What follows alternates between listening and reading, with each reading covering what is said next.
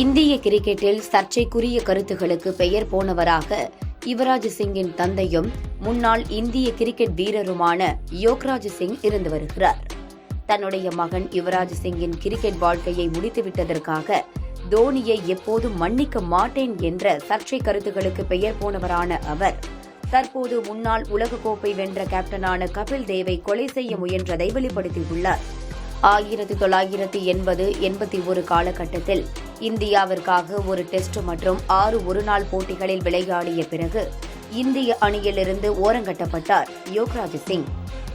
இந்நிலையில் யோக்ராஜ் சிங் சமீபத்திய நேர்காணல் ஒன்றில் பேசும்போது கபில் தேவை கொலை செய்ய துப்பாக்கியுடன் அவருடைய வீட்டிற்கே சென்றதாகவும் அங்கு அவருடைய அம்மா இருந்ததால் எதுவும் செய்யாமல் வந்துவிட்டதாகவும் பகீர் தகவலை கூறியிருக்கிறார்.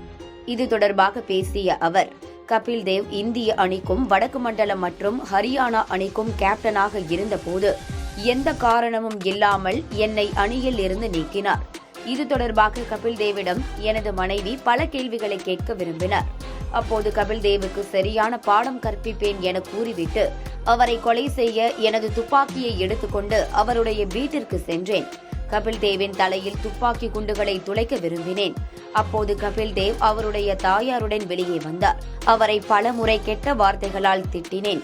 இன்று நீங்கள் செய்ததற்கான பலனை நீங்கள் அனுபவிக்க வேண்டும். உங்கள் தலையில் துப்பாக்கியால் சுட வேண்டும் என விரும்பியே இங்கு வந்தேன். ஆனால் உங்கள் அருகில் பக்திமிக்க தாயார் இருப்பதால் அதனை செய்யவில்லை என்று திட்டிவிட்டு அங்கிருந்து வந்தேன். அந்த தருணத்தில்தான் இனிமேல் நான் கிரிக்கெட் விளையாடக்கூடாது, நான் செய்ய நினைத்ததை யுவராஜ் சிங் கிரிக்கெட் விளையாடி செய்ய வேண்டும் என முடிவெடுத்தேன் என பகீர் தகவலை தெரிவித்துள்ளார்.